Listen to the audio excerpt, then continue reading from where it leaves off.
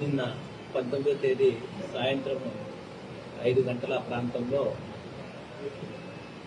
Nandigama town CI PC తమ సిబ్బందితో Y junction దగ్గర వెహికల్ చెకింగ్ చేస్తున్న సందర్భంలో ఇద్దరు వ్యక్తులు అనుమానాస్పదంగా యాక్టివా వెహికల్ మీద వస్తూ ఉంటే వాళ్ళని పట్టుకోవడం జరిగింది. వాళ్ళని పట్టుకొని విచారిస్తే ఆ విచారణలో వీళ్ళు రత్లావత్ శంకర్ అలియాస్ శంకర్ నాయక్, వయసు 32 సంవత్సరాలు, సుగాలి, నాగర్లబండ తాండ, వేపనగుంట్ల మండలం, వనపర్తి జిల్లా. అదేవిధంగా రెండో వ్యక్తి తెనుగు అజయ్, కులం ముదిరాజ్, మైలారం గ్రామం, సంగారెడ్డి మండలం. వీళ్లను అదుపులోకి తీసుకోవడం జరిగింది.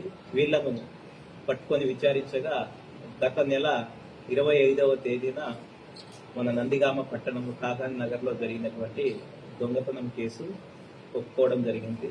వీళ్ళ సమక్షంలో ఈ యొక్క 347 గ్రాముల బంగారు ఆభరణాలు, అదేవిధంగా 1,50,000 కాస్ట్ క్యాష్ ని రికవరీ చేయడం జరిగింది.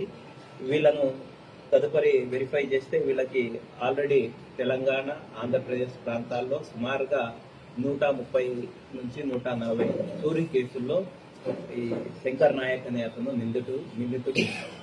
అదేవిధంగా ఇతని మీద గతంలో తెలంగాణ రాష్ట్రంలో దాదాపు 4 సార్లు పీడీ యాక్ట్ కూడా పెట్టి జైలు పంపించడం జరిగింది. అదేవిధంగా ఏ3 తెలుగు అజయ్ మీద తెలంగాణ రాష్ట్రంలో సుమారు 8 కేసులు, డ్రగ్స్ సంబంధించిన కేసులు, చోరీ కేసులు ఇతని మీద నమోదు కాబట్టాయి.